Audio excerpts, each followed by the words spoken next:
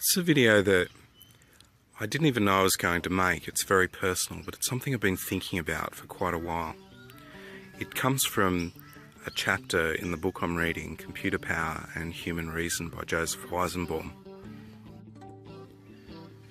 You see, when I first started work as a computer programmer, it became soon apparent to me that there were two sorts of computer programmers.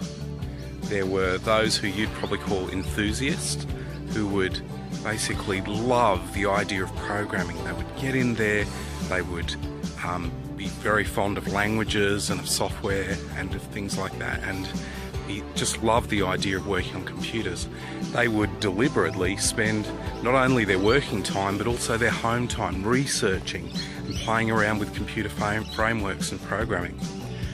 And then you had the other sort, the so-called professional programmers. They would come to work, they would program the software, they'd probably be very good at documentation, then they'd go home and that was it.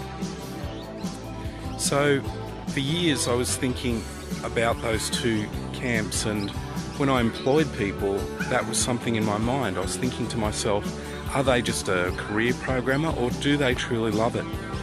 Well, obviously I would hire people who tended to show a love of it. People like me. Marvin Minsky, head researcher of AI at Stanford, talked about these young men as kind of artists of the modern age. They're people completely dedicated to their craft, very similar to artists like Van Gogh. Joseph Weizenbaum referred to these people with a new term. He called them hackers. Here are three defining character traits. Number one, not really being sure of the end goal, but just wanting to be in the game. Knowing that if you just keep playing the game, that's where the joy is. Number two, an unshakable faith in one's own ability. And number three, a belief that the universe is arbitrary and unknowable, and the laws that govern your life can never be really determined. So the groups of people that Joseph Weizenbaum came up with as having these character traits, you guessed it, gamblers,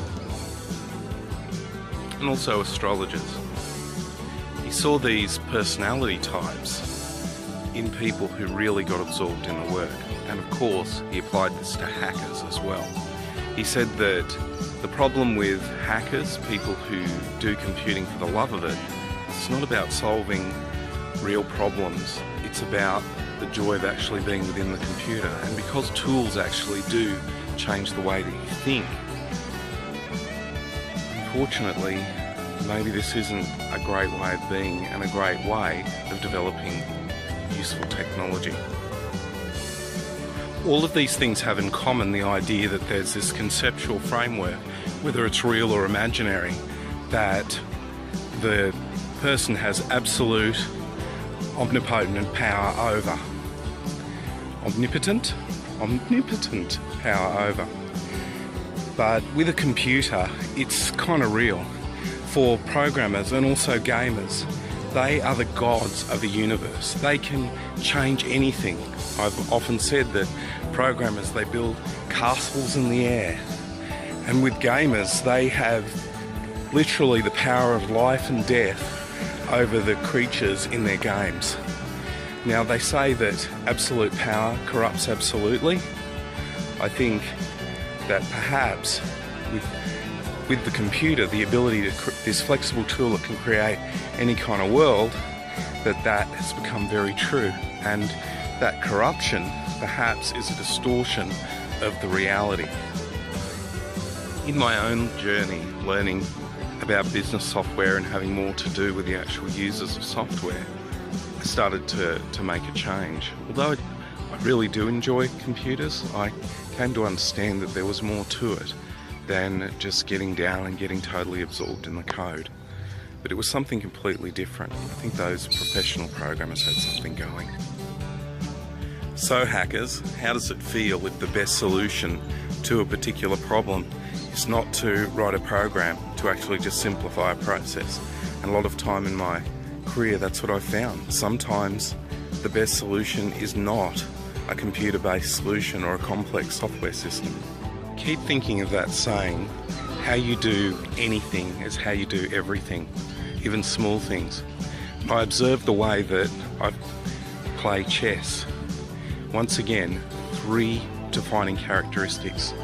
Number 1, that it's just a matter of getting into the game, so I tend to concentrate a lot on good opening moves just to get pieces in a power position. Number 2, an unshakable belief that my chess skills are stuff that I'm going to win the game. And number 3, I'm just willing to see what happens with the game without thinking terribly deeply about it.